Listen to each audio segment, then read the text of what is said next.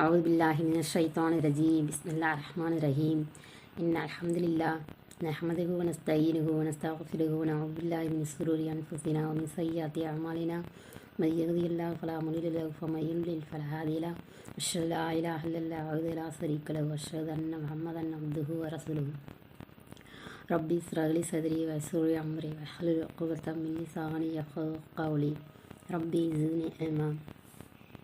குரான் வாழ்வியல் மாற்றம் வகுப்பு 11. குரானிய ஆராய்ச்சி வகுப்பில் இதுவரைக்கும் நாம் குரானோடு நெருங்குவதற்கு முன்னாடி நம்மிடத்தில் வளர்த்து கொள்ளக்கூடிய பண்புகள் குணநன்கள் எந்த மாதிரியான சிந்தனையோடு திருக்குரானை நம்ம அணுகணும் அப்படிங்கிற விஷயங்களை குறித்து நம்ம பார்த்தோம்.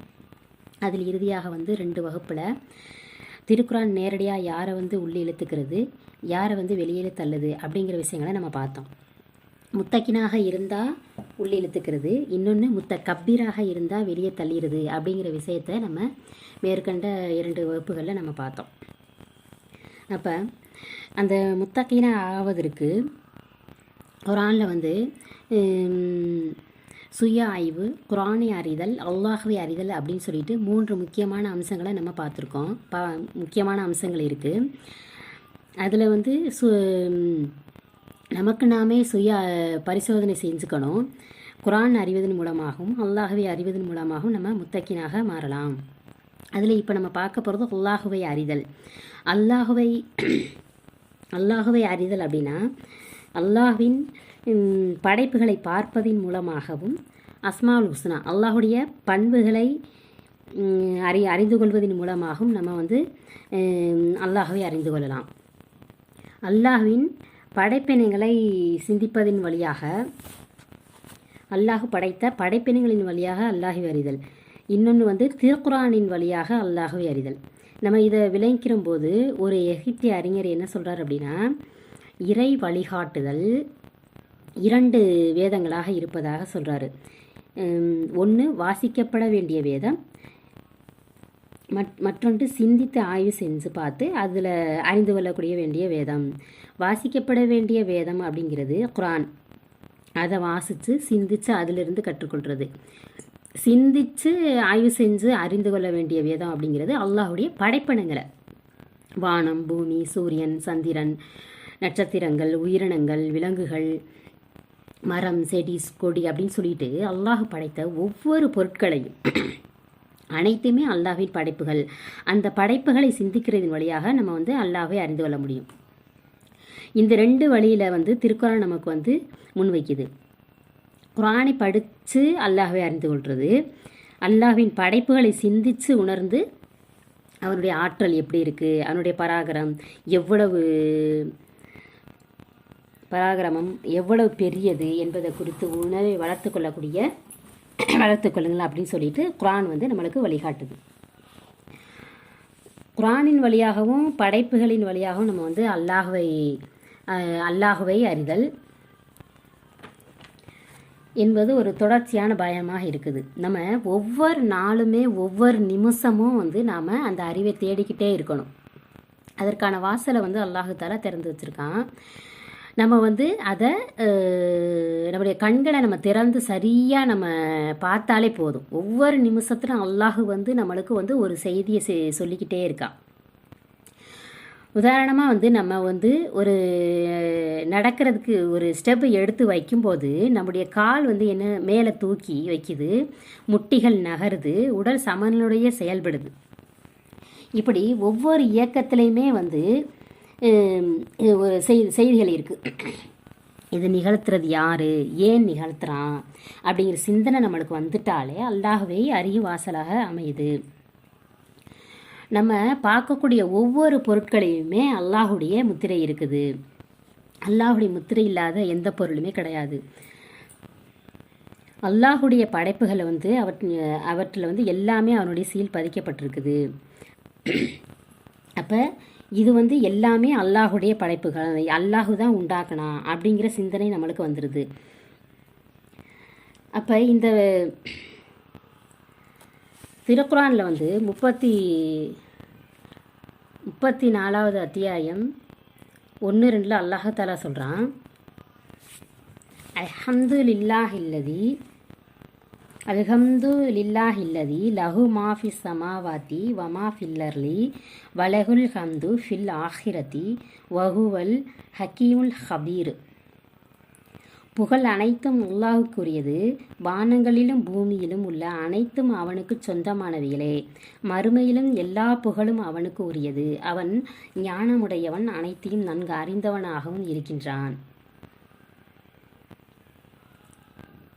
அல்லாஹு தாலா இப்போ நம்ம அல்லாஹ் தன்னை பற்றி அல்லாஹு தாலா நேரடியாக அறிமுகப்படுத்திக்கிறான். இப்போ குர்ஆனை நம்ம திறந்து பார்த்தோம் அப்படின்னா அதில் அல்லாஹு தாலா நான் யார், நான் எப்படிப்பட்டவன், நான் எப்படிப்பட்டவன் அப்படின்ட்டு அல்லாஹு தாலா குர்ஆனில் அவனுடைய பண்புகள், அவனுடைய ஆற்றல்கள், செயல்கள் ஆகியவற்றின் மூலமாக தன்னை அல்லாஹால வெளிப்படுத்துகிறான். இது எப்படி அப்படின்னா, இது வாழைப்பழத்தை உரித்து கையில் கொடுக்கறது போல் எந்த சிரமமும் இல்லாமல் எளிமையாக நம்ம அல்லாஹ் நமக்கு தன்னை அறிமுகப்படுத்தக்கூடிய வழியாக இருக்குது. அப்போ இதில் அல்லாஹ் பார்க்கிறான், அல்லாஹ் பார்க்கிறான், அல்லாஹ் எப்படி பார்க்கிறான் அப்படின்னு சொல்லி அல்லாஹ் எப்படி பார்க்குறான், பார்த்தவன் என்ன செய்வான் அப்படின்னு சொல்லிட்டு நம்ம அல்லாஹுவை பயந்தோம் அப்படின்னா, இது இது அல்லாஹவே அறிதலுக்குரியதாக இருக்குது. ஆனால் அல்லாஹ் பார்க்குறான், பார்த்தா பார்க்கட்டும் அப்படின்னு சொல்லிட்டு நம்ம அலட்சியமாக இருந்துட்டோம் அப்படின்னா, இந்த அலட்சியம் அல்லாஹ் பார்த்தா பார்க்கட்டும் அப்படின்னு சொல்லிட்டு நம்ம நினச்சிட்டோம் அப்படின்னா அலட்சியம் ஏற்பட்டுரும். இந்த ஆழமான சிந்தனைக்கு நாம் நகரும்போது தான் அல்லாஹ்வே அறிதல் அப்படிங்கிறது வெறும் தகவலாக இல்லாமல் நம்ம வாழ்க்கையை மாற்றும் உண்மையான உணர்வாக மாறுது. அப்போ இப்போ இந்த 34வது அத்தியாயம் 1-2 அல்லாஹ் வசனத்தை அல்லாஹ் சொல்கிறான், அல்லாஹ்வுக்கே புகழனைத்தும் உரியது. வானத்தில் உள்ளதும் பூமியில் உள்ளதும் அவனுக்கு உரியது. மறுமையில் எல்லா புகழும் அவனுக்குரியது. அவன் எப்படிப்பட்டவன் அப்படின்னா, ஞானமுடையவனாக இருக்கிறான், அனைத்தையும் நன்கு அறிந்தவனாக இருக்கிறான். அல்லாஹு புகழ் அனைத்தும் இந்த உதாரணமாக சொல்லணும் அப்படின்னா, அல்லாஹ் தன்னை எவ்வாறு அறிமுகப்படுத்துகிறான் அப்படின்னா, வானத்தில் உள்ளதும் பூமியில் உள்ளதும் அனைத்தும் அல்லாஹ்வுக்கு உரியது. அப்போ நாம் உலகத்தில் பார்க்கக்கூடிய நம்மளுக்கு தெரிஞ்சது தெரியாதது எல்லாமே அனைத்துமே அல்லாஹ்வுக்கு உரியது தான். இப்போ நம்மளுடைய வீடு, குடும்பம், நிறுவனம் எல்லாமே, செல்வம் ஆகிய எல்லாமே அல்லாஹ்வுக்கு உரியதான். அது ஒரு அமானத்து. அவன் நம்மகிட்ட ஒப்படைச்சு சரியாக அதை நடத்த சொன்னது தான். மறுமையிலும் புகழ் அனைத்தும் அவனுக்கு உரியது. அவன் எப்படிப்பட்டவன் அப்படின்னா, ஞானமுடையவனாக இருக்கிறான், அனைத்தையும் நன்கு அறிந்தவனாக இருக்கிறான்.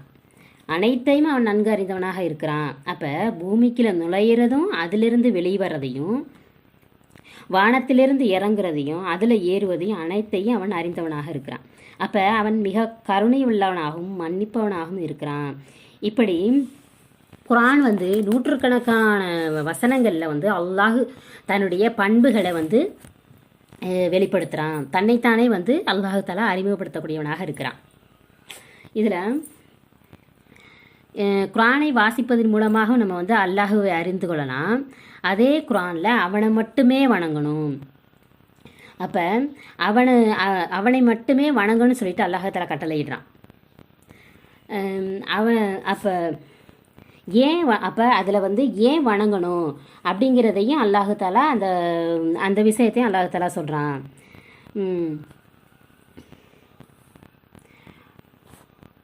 அத்தியாயம் 6:102 தாலிக்கும் உல்லாஹு ரப்புக்கும் லாயிலாக இல்லாஹுவ ஹாலிகு குல்லி ஷையின் ஃபஅபுதூஹு வஹுவ அலா குல்லி ஷையின் வக்கீல். அவன்தான் உங்களுடைய இறைவனாகிய அல்லாஹ், அவனைத் தவிர எந்த தெய்வமும் இல்லை. எல்லா பொருட்களின் படைப்பாளன், எனவே அவனையே நீங்கள் வணங்குங்கள். அவன் எல்லாவற்றிற்கும் பொறுப்பேற்கிறான். அப்போ அவன் வணக்கத்திற்கும் அல்லாஹ், அவனை தவிர எந்த வணக்கத்திற்குரியவன் கிடையாது. அவன்தான் உங்களுடைய இறைவனாகிய அல்லாஹ். வணக்கத்திற்குரியவன் அவனை தவிர யாரும் இல்லை, அவனையே வணங்குங்க அப்படின்னு சொல்லிட்டு எல்லா பொருட்களின் படைப்பாளனாக இருக்கிறான். எனவே அவனையே நீங்கள் வணங்குங்கள் அப்படின்னு சொல்லி அல்லாஹ் தஆலா சொல்கிறான்.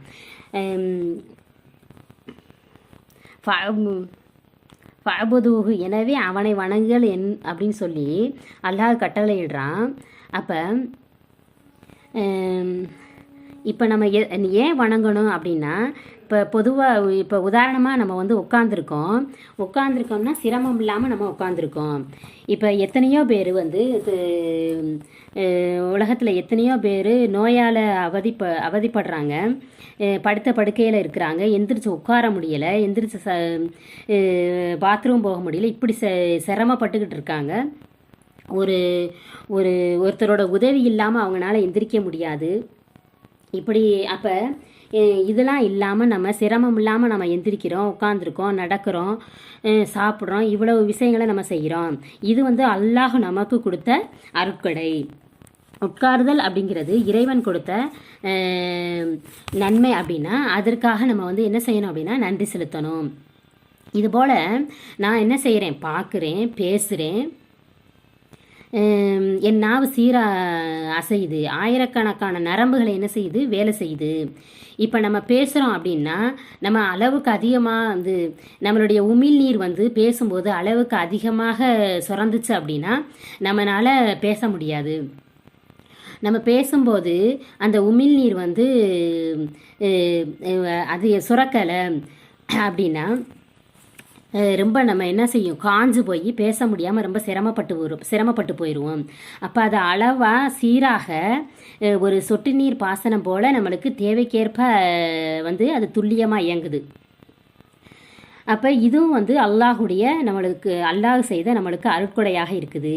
இப்படி மனிதவுடன் ஒவ்வொரு செயல்லையுமே என்ன செய்யுதுன்னா அளவு சமநிலை அப்படிங்கிறது திட்டமிடுதல் இருக்குது. அப்படிங்கிறத சிந்திக்க நம்ம ஆரம்பிச்சிட்டனாலே ஏன் அல்லாஹை நம்ம வணங்கணும் அப்படிங்கிற கேள்விக்கு ஆயிரக்கணக்கான காரணங்களும் பதிலும் நம்மளுக்கு தானாகவே நமக்கு புரியும். அந்த வசனங்களை நம்ம ஆழமாக நம்ம சிந்தித்து வாசிக்கும் போது அல்லாஹை உண்மையாக நம்ம அறிந்து கொள்ள முடியுது. அப்போ அல்லாஹ் தன்னை மட்டும் வணங்கு அப்படிங்கிற கட்டளை வசனங்களே உதாரணமாக நம்மளுக்கு இருக்குது. அடுத்து அல்லாஹ் வந்து செய்ய சொல்கிறதும் செய்யாத அப்படிங்கிறத தடுக்கக்கூடிய விஷயங்களை நம்ம பார்த்தோம் அப்படின்னா இதுவும் அல்லாஹ் நமக்கு நம்ம மேலே உள்ள கருணை இரக்கம் மறைஞ்சிருக்கிறது அப்படிங்கிறத நம்ம புரிஞ்சுக்கலாம். எப்படி அப்படின்னா ஒரு விஷயத்தை நம்ம செய்யக்கூடாதுன்னு அல்லாஹ் தடுக்கிறான்னா அதில் நம்மளுக்கு நன்மை அதில் இருக்குது. இப்போ உதாரணமாக வந்து ஒரு மது அருந்துதல் அப்படிங்கிறது மது அருந்துனா எவ்வளவு கெடுதி அப்படிங்கிறது நம்மளுக்கு தெரியும். உடல் ரீதியாக பல நோய்களை உண்டாக்கக்கூடியதாகவும் இருக்கும். அந்த மது அருந்துவதனால அந்த குடும்பமே இன்னலுக்கு ஆளாகும். அவரை மட்டும் அது பாதிக்காது, அவங்க குடும்பத்தில் உள்ளவர்கள் அனைவரையுமே என்ன செய்யக்கூடியது, பாதிக்கக்கூடியதாக இருக்குது. அப்போ இதை வந்து அல்லாஹு தாலா வந்து தடுத்திருக்கான். அப்படின்னா இதில் வந்து ஒரு நன்மை தான் நம்மளுக்கு அல்லாஹு தாலா செய்கிறான். நம்ம மேலே உள்ள கருணை இரக்கம் தான் நிறைஞ்சிருக்கு. இப்போ பெற்றோர் வந்து தங்கள் பிள்ளை ஆபத்தான செயலில் வந்து ஈடுபடுது. அது பிள்ளைக்கு சாகசமாக இருந்தாலுமே உண்மையான ஆபத்தை அது அறிந்த காரணத்தினால தான் அதை தடுத்து நிறுத்துறதும் ஒரு சில நேரங்களில் தண்டிக்கிறதும் இது கருணையாக தான் இருக்கும். இதை சிந்திக்கும் போது அல்லாஹ் வந்து எப்படி எவ்வளவு நன்மையும் இரக்கம் நிறைஞ்சவன் அப்படின்னு சொல்லிடுறது. நிறைஞ்சவன் நம்ம அழிவிலிருந்து நம்ம காக்க விரும்புகிறான். அப்போ உண்மையான பாதுகாவலனாக இருக்கிறான் அப்படிங்கிறது இதிலிருந்து நம்ம புரிஞ்சுக்கலாம். அந்த வகையில் வந்து அல்லாஹ் வந்து நாம் விரும்பினாலும் சரி விரும்பலாலும் சரி தெரிஞ்சோ தெரியாமலும் நம்ம தவறில் விழுந்துடக்கூடாது அப்படிங்கிறதுக்காக இதை செய்யக்கூடாது அப்படின்னு தெளிவாக நம்ம பிரித்து அல்லாஹ் தஆலா சொல்லி கொடுக்கக்கூடியவனாக இருக்கிறான். அப்போ அல்லாஹ் வந்து எந்த அளவுக்கு நல்லவன், நம்ம மேலே எவ்வளவு அக்கறை வச்சுருக்கான் அப்படிங்கிறதே நம்ம இதிலிருந்து நம்மளுக்கு புரியுது. அதுபோல் அல்லாஹு அத்தியாயம் 16 90வது வசனத்தில் இன்னல்லாஹ யஅமுரு பில் அத்லி வல் இஹ்சானி வ ஈதாயி தில் குர்பா வ யன்ஹா அனில் ஃபஹ்ஷாயி வல் முன்கரி வல் பகி எயிலுக்கும் லல்லக்கும் ததக்கரூன். நிச்சயமாக அல்லாஹ் நீதி செலுத்துமாறும் நன்மை செய்யுமாறும் உறவினருக்கு கொடுக்குமாறும் கட்டளையிடுகிறான். மேலும் மானக்கேடானவை வெறுக்கப்பட்டவை அழுச்சாட்டியம் ஆகியவற்றை விட்டும் விலக்குகிறான். நீங்கள் நினைவில் நிறுத்துவதற்காக இதனை உங்களுக்கு அவன் உபதேசிக்கிறான். அல்லாஹ் இதில் நீதியையும் இஹ்சான் அப்படிங்கிற நன்மை செய்கிறதையும் அல்லாஹ் இதில் கட்டளையிடுறான். அதே நேரத்தில் வெட்கக்கேடான விஷயங்களையும் மானக்கேடான வெறுக்கக்கூடிய அழுச்சாட்டியும் வெறுக்கப்பட்டவையும் அல்லாஹால தடுக்கிறான். இதை ஆர்டராக நம்ம பார்த்தோம் அப்படின்னா இதில் கட்டளை அப்படிங்கிறது தான் நம்மளுக்கு தெரியும். ஆனால் இதை ஏன் இப்படி சொல்கிறான், ஏன் அவன் எப்படிப்பட்டவன், நம்ம மேலே எவ்வளவு கருணையோடு கவனம் வச்சுருக்கான் அப்படிங்கிறத நம்ம கருத்தோடு யோசிக்க ஆரம்பித்தோம் அப்படின்னா அந்த வழியிலேயே அல்லாஹ் நம்ம உண்மையாக அறிந்து கொள்ள முடியுது. அதுக்கப்புறம் வழி என்னென்னா நல்லவங்களுக்கு அதுக்கப்புறம் நல்லவங்களுக்கு அல்லாஹ் தரக்கூடிய பரிசு, நல்லவர்களுக்கு தரக்கூடிய பரிசு மூலமாகவும் நம்ம அல்லாஹ்வை அறிந்து கொள்ளலாம். அத்தியாயம் 2 25வது வசனத்தில் இன்னும் இவ்வேதத்தின் மீது நம்பிக்கை கொண்டு நற்செயல்கள் செய்வோருக்கு அதன் கீழ் பகுதியில் ஆறுகள் ஓடிக்கொண்டிருக்கும் சுவனச்சோலைகள் நிச்சயம் அவர்களுக்கு உண்டு என்று நீ நற்செய்தி கூறுவீராக. அவற்றிலிருந்து அவர்களுக்கு கனி வர்க்கத்திலிருந்து ஏதேனும் உணவாக வழங்கப்படும் போதெல்லாம் இது எத்தகையதென்றால் இதற்கு முன் நமக்கு உணவாக வழங்கப்பட்டதே தான் என்று வியப்போடு கூறுவார்கள். ஏனென்றால் அதை ஒன்றையொன்று ஒத்து சுவையில் வேறுபட்டு இருப்பதே அவர்கள் வழங்கப்படுவார்கள். மேலும் அவர்களுக்கு அவற்றில் தூய்மையான துணைவியரும் உண்டு, அவர்கள் அவற்றில் நிரந்தரமாக இருப்பார்கள். அல்லாஹ்வை நம்பிக்கை கொண்டு நல்ல செயல்கள் செய்யவங்களுக்கு மறுமையில அல்லாஹு தாலா சொர்க்கத்தை கொடுப்பான். அந்த சொர்க்கம் எப்படிப்பட்டது அப்படின்னா அதன் கீழ் ஆறுகள் ஓடிட்டு இருக்கும், சுவனச்சோலைகள் இருக்குது. அதில் அவர்களுக்கு சாப்பிட்றதுக்கு கனி வர்க்கங்கள் கொடுக்கப்படும்.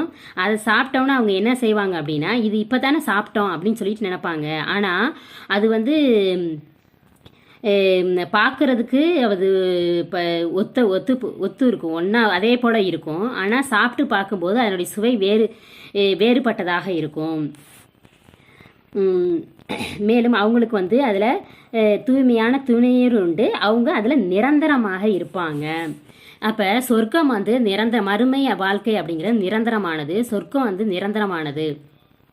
நிரந்தரம் அப்படின்னா 1 வருஷமா 2 வருஷமா 10 வருஷமா 20 வருஷமா அப்படிங்கிறது நம்மளுக்கு தெரியாது. அதை நம்ம சிந்திச்சு பார்க்கவே முடியாது. அதுக்கு முடிவே கிடையாது. அந்த சொர்க்கத்துக்கு முடிவே கிடையாது. அதை நினச்சி பார்க்கும்போதே நம்மளுக்கு நினச்சி பார்க்க முடியாத அளவுக்கு, சிந்தித்து பார்க்க முடியாத அளவுக்கு அது மறுமை நீண்ட வாழ்க்கையாக நம்மளுக்கு இருக்கும் அப்படின்னு சொல்லிட்டு அல்லாஹ் தஆலா சொல்கிறான்.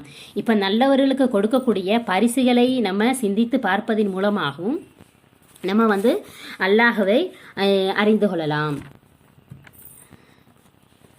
அடுத்து தவறு செய்யக்கூடியவர்களுக்கு தீயவர்களுக்கு கிடைக்கும் தண்டனையை நினைத்து பார்ப்பதன் மூலமாகவும் நம்ம அல்லாஹ்வை அறிந்து கொள்ளலாம். அத்தியாயம் 22 44வது வசனம் 45 இன்னும் மதியன்வாசிகளும் பொய்யாக்கி மூசாவும் பொய்யாக்கப்பட்டார். எனவே நிராகரிப்பாளர்களுக்கு இன்னும் மதியன்வாசிகளும் பொய்யாக்கினர், மூசாவும் பொய்யாக்கப்பட்டார். எனவே நிராகரிப்பாளர்களுக்கு நான் அவகாசம் அளித்தேன், பிறகு அவர்களை நான் வேதனையை கொண்டு பிடித்தேன். எனவே நிராகரிப்பினால் ஏற்பட்ட என்னுடைய வெறுப்புடைய விளைவு எவ்வாறு இருந்தது. இதில் நபிகள் நாயகம் ஸல்லல்லாஹு அலைஹி வஸல்லம் அவர்களை பொய்ப்படுத்தினாங்க. அவருடைய சமுதாயத்திற்கு அவங்களுடைய அந்த குறைசினர்கள் என்ன செய்கிறாங்க அப்படின்னா மூசா அலைஹிஸ்ஸலாம் அவர்களை நபிகள் நாயகம் ஸல்லல்லாஹு அலைஹி வஸல்லம் அவர்களை பொய்யாக்குறாங்க. அப்போ அவங்க கவலையோடு இருக்கிறாங்க. அப்போ அல்லாஹு தஆலா அவங்கள அவங்களுக்கு இந்த மூசா அலைஹிஸ்ஸலாமுடைய சமூகத்தினுடைய பற்றி சொல்லி அவங்கள அல்லாஹால ஆறுதல் படுத்துகிறான். அப்போ என்ன சொல்கிறான் அல்லாஹ் அப்படின்னா, மூசா அலைஹிஸ்ஸலாம் அவர்களையும் மதீனவாசிகள் பொய்யாக்குனாங்க. எனவே அந்த நிராகரிப்பாளர்களுக்கு நான் அவகாசம் கொடுத்தேன். பிறகு அவங்கள நான் வந்து வேதனையில் பிடிச்சேன். அப்போ ஃபஸ்ட்டு அல்லாஹால என்ன செய்கிறான் அப்படின்னா, உடனே தண்டிக்கலை, அவங்களுக்கு அந்த நிராகரிப்பாளர்களுக்கு அவகாசம் அளிக்கிறான். பிறகு அவங்கள அவங்க வந்து அவங்க திருந்துற மாதிரி கிடையாது, திருந்தலை. திருந்தாமல் இருக்கிறதுனால அவங்கள வந்து அல்லாஹால என்ன செய்கிறான் அப்படின்னா வேதனை செய்கிறான். அல்லாஹ் சொல்கிறான், என்னுடைய பிடி எப்படி இருந்துச்சு அப்படிங்கிறத அவன் சொல்லி காட்டுறான்.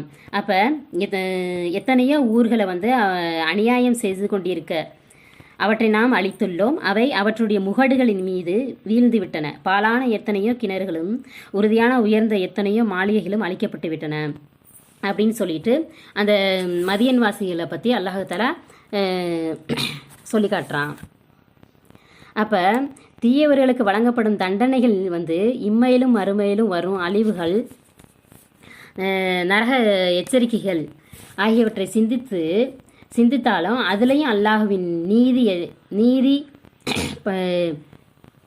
இருக்குது, நேர்மை, அதில் நேர்மை இருக்குது. அல்லாஹ் வந்து அதில் வந்து அல்லாஹ் என்ன செய்கிறான் அப்படின்னா நீதியோடு தான் இருக்கிறான். ஃபஸ்ட்டு என்ன செய்கிறான், அல்லாஹுக்கு மாறு செஞ்சால் அதற்கான விளைவுகளை தெளிவாக எச்சரிக்கிறான். இந்த தண்டனை துன்பம் பற்றிய வசனங்களை கூட நம்ம ஆழமாக சிந்தித்தோம் அப்படின்னா அல்லாஹ்வின் தன்மையை நாம் அறிந்து கொள்ள முடியுது.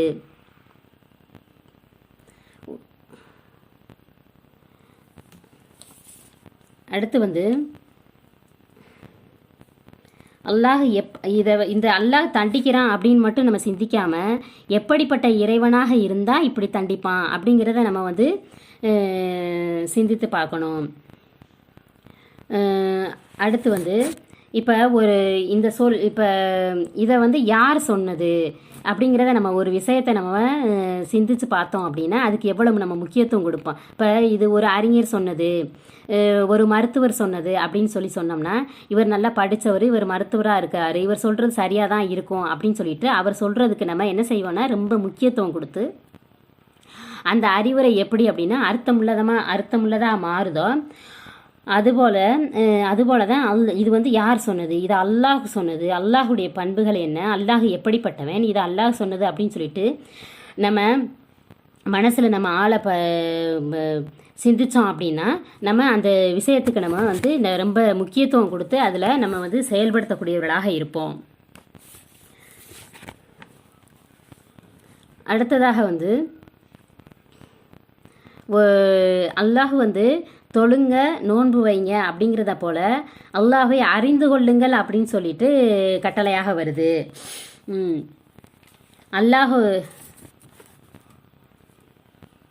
அல்லாஹுவை அறிந்து கொள்ளுங்கள் அப்படின்னு சொல்லிட்டு அல்லாஹ் தஆலா குர்ஆனில் பல இடங்களில் சொல்லியிருக்கான். அத்தியாயம் 47:19 நிச்சயமாக அல்லாஹுவை தவிர வணக்கத்திற்குரியவன் இல்லை என்பதை நீர் அறிந்து கொள்வீராக. உம்முடைய பாவத்துக்காகவும் நம்பிக்கை கொண்ட ஆண்களுக்காகவும் பெண்களுக்காகவும் பாவ மன்னிப்பு தேடுவீராக அப்படின்னு சொல்லிட்டு அல்லாஹ் தஆலா சொல்கிறான். வணக்கத்திற்குரிய அல்லாஹ் தஆலா தவிர யாரும் இல்லை அப்படிங்கிறத நீங்கள் அறிஞ்சுக்கங்க. உம்முடைய பாவத்துக்காகவும் நம்பிக்கை கொண்ட ஆண்களுக்காகவும் பெண்களுக்காகவும் பாவ மன்னிப்பு தேடுவீராக அப்படின்னு சொல்லிட்டு சொல்கிறான். அத்தியாயம் 2:209 அல்லாஹ் சொல்கிறான், எனவே தெளிவான அத்தாட்சிகள் உங்களிடம் வந்த பின்னரும் நீங்கள் சருகி விடுவீர்களானால் நிச்சயமாக அல்லாஹ் மிகைத்தவன் ஞானமுள்ளவன் என்பதை அறிந்து கொள்ளுங்கள். அஜீஜுன் ஹக்கீம் அல்லாஹ் மிகைத்தவனாகவும் ஞானமுள்ளவனாகவும் இருக்கிறான் அப்படின்னு அல்லாஹ் தன்னுடைய பண்புகளை சொல்லி காட்டக்கூடியவனாக இருக்கிறான்.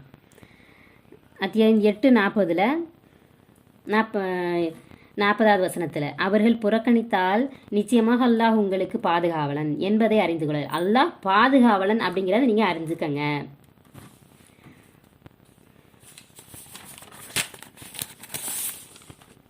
அத்தியாயம் 9:3 நிச்சயமாக நீங்கள் அல்லாஹ்வை தோற்கடிக்க முடியாது, எந்த காலத்திலும் அல்லாஹ்வை ஜெயிக்க முடியாது. அத்தியாயம் 2:196 வசனத்தில் நிச்சயமாக அல்லாஹ் வேதனை செய்வதில் மிக கடினமானவன் என்பதை அறிந்து கொள்ளுங்க. அல்லாஹ் வேதனை செய்வதில் மிக கடினமானவன் அப்படிங்கிறத நீங்கள் அறிஞ்சுக்கங்க. அத்தியாயம் 2 244. நிச்சயமாக அல்லாஹ் செவியுறுபவனாகவும் முற்றும் அறிந்தவனாகவும் இருக்கிறான் என்பதை அறிந்து கொள்ளுங்கள். அத்தியாயம் 20 14 அப்படிங்கிறதுல 14 வசனத்தை நிச்சயமாக நானே அல்லாஹ், என்னை தவிர வணக்கத்திற்குரிய யாரும் இல்லை, ஆகவே என்னையே வணங்குங்கள் அப்படின்னு சொல்லிட்டு அல்லாஹ் சொல்கிறான். அடுத்து அத்தியாயம் 20 46 நீங்கள் இருவரும்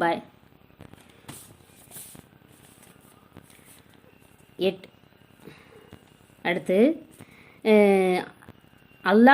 அல்லாஹ்வை அறிதல் மூலமாக நம்ம மனிதனின் அன்றாட வாழ்க்கையில் பெரிய மாற்றங்கள் ஏற்படுது. அப்போ அடுத்ததாக அர் ரஜாக் அப்படின்னா உணவளிக்கக்கூடியவன், அனைத்தையும் வழங்குவன். ரஜாக் அப்படின்னா அனைத்தையும் வழங்கக்கூடியவனாக அல்லாஹ் இருக்கிறான்.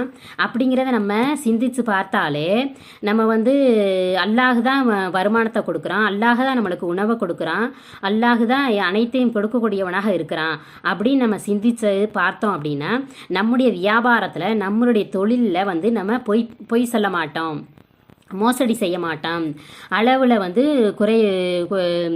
மோசடி செய்ய மாட்டோம், நியாயமாக நடந்துக்கிடுவோம், அல்லாஹ்வுக்கு பயந்து. ஏன்னா அல்லாஹ் தான் நம்மளுக்கு ரிஜுக்கு கொடுக்கவனாக இருக்கிறான். நம்ம சொல்லக்கூடிய பொய் அதில் ரிஜுக்கு வராது அப்படின்னு சொல்லிட்டு நம்ம ஆழ்ந்து சிந்திக்கக்கூடியவர்களாக ஆயிடுவோம். அப்போ நம்ம அல்லாஹுடைய பண்புகளை அதிகமாக நம்ம சிந்தித்து நம்ம உணர்ந்து நடந்தோம் அப்படின்னாலே அல்லாஹ்வே நம்ம அறியக்கூடியவர்களாக இருப்போம். இதில் அல்லாஹுடைய பண்புகளை அறிந்து கொள்வதன் மூலமாக நம்ம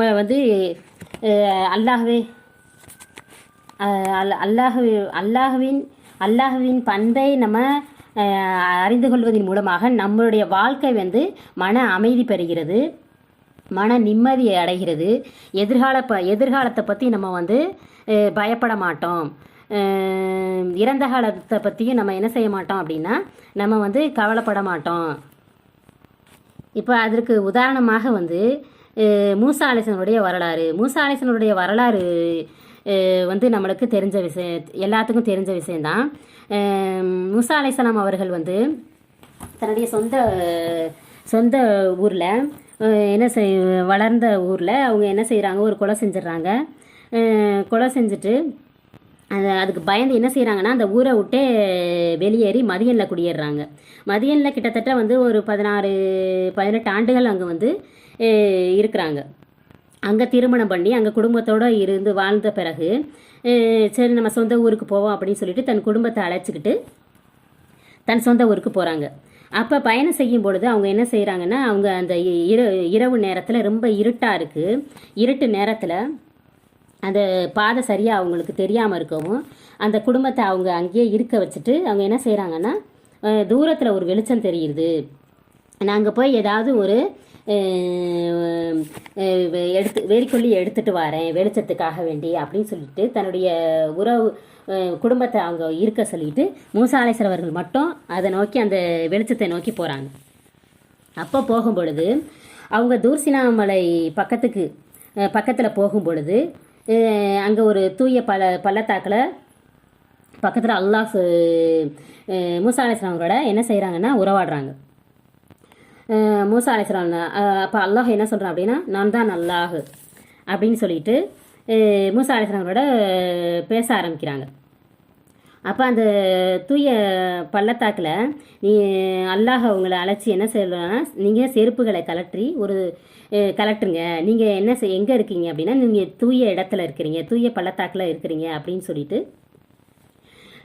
ஃப்ரௌன்ட்ட போய் நீங்கள் என்ன செய்யுங்க தாவாவை எடுத்து வைங்க, எடுத்து வச்சுட்டு அங்கே பனி இஸ்ராயலுக்கு விடுதலை பெற்று தரவும் அப்படின்னு ஒரு பெரிய பொறுப்பை மூசா அலைஹிஸ்ஸலாம் அவர்களுக்கு அல்லாஹ் ஒப்படைக்கிறான்.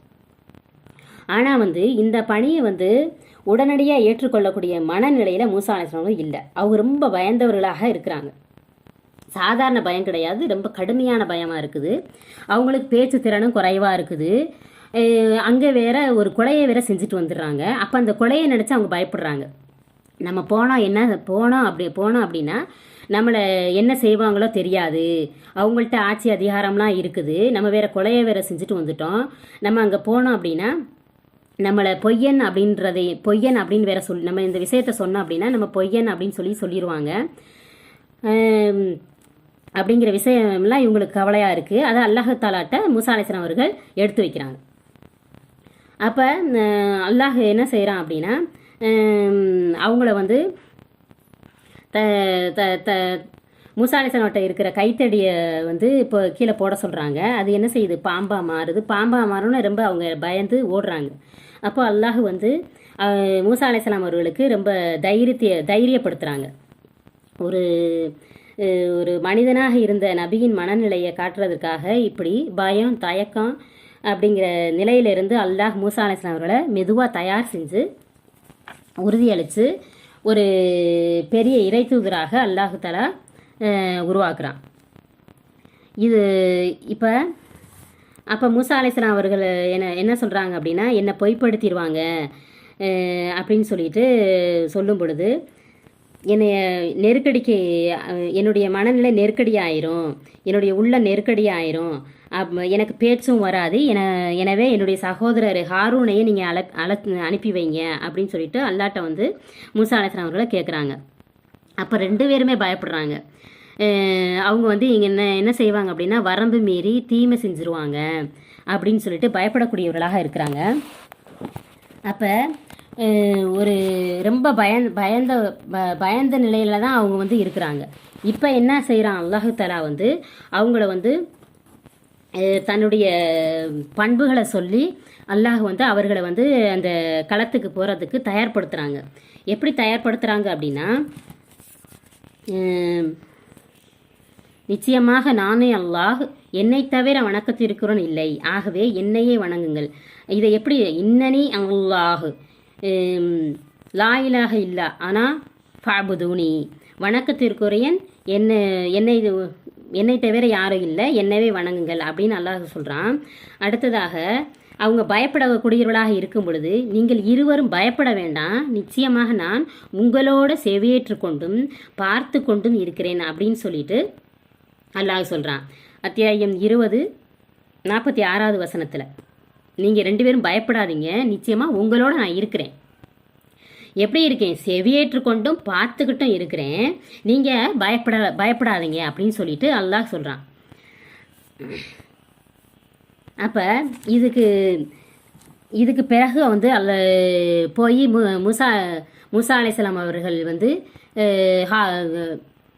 ஃபிரௌன்ட்ட வந்து தாவாவை எடுத்துரைக்கிறாங்க. எவ்வளவு தைரியமாக எடுத்துரைக்கிறாங்க அப்படின்னா இவங்க எந்த அளவுக்கு பயப்படக்கூடியவர்களாக இருக்கிறாங்க. ஆனால் அந்த சபையில் போய் அவ்வளவு தைரியமாக வந்து அவங்க வந்து தாவா எடுத்து வைக்கிறாங்க. அவங்க கேட்கக்கூடிய கேள்விக்கெல்லாம் தைரியமாக வந்து மூசா அலைஹிஸ்ஸலாம் அவர்கள் பதில் சொல்லக்கூடியவர்களாக இருக்கிறாங்க. அப்போ இது எப்படி நடந்துச்சு? அந்த அளவுக்கு பயந்தவங்க இப்போ ஃபிரௌன் எப்படியாப்பட்டவன், அவன் என்ன நினச்சா என்ன வேணாலும் செய்வான். அப்படியேப்பட்ட அந்த ஃபிரௌன்ட்ட போய் மூசா அலைஹிஸ்ஸலாம் அவர்கள் இவ்வளவு தைரியமாக ஒரு பேசுகிறாங்க அப்படின்னா இதனுடைய மாற்றத்துக்கு காரணம் என்ன அப்படின்னா அல்லாஹுடைய பண்புகளை அறிந்ததன் காரணமாகத்தான்.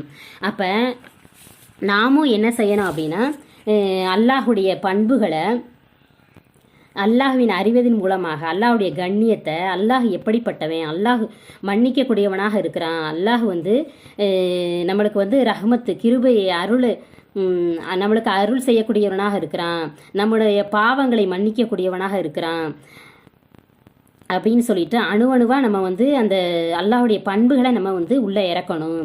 அல்லாஹ் வந்து மன்னிக்கக்கூடியவனாக இருக்கிறான். இப்போ அல்லாஹ் மன்னிக்கக்கூடியவனாக இருக்கிறான் அப்படின்னு சொல்லி இப்போ நம்ம வந்து பாவங்களை செய்கிறோம், மறுபடியும் அதை நம்ம வந்து என்ன செய்கிறோம், செஞ்சுக்கிட்டே இருக்கிறோம்.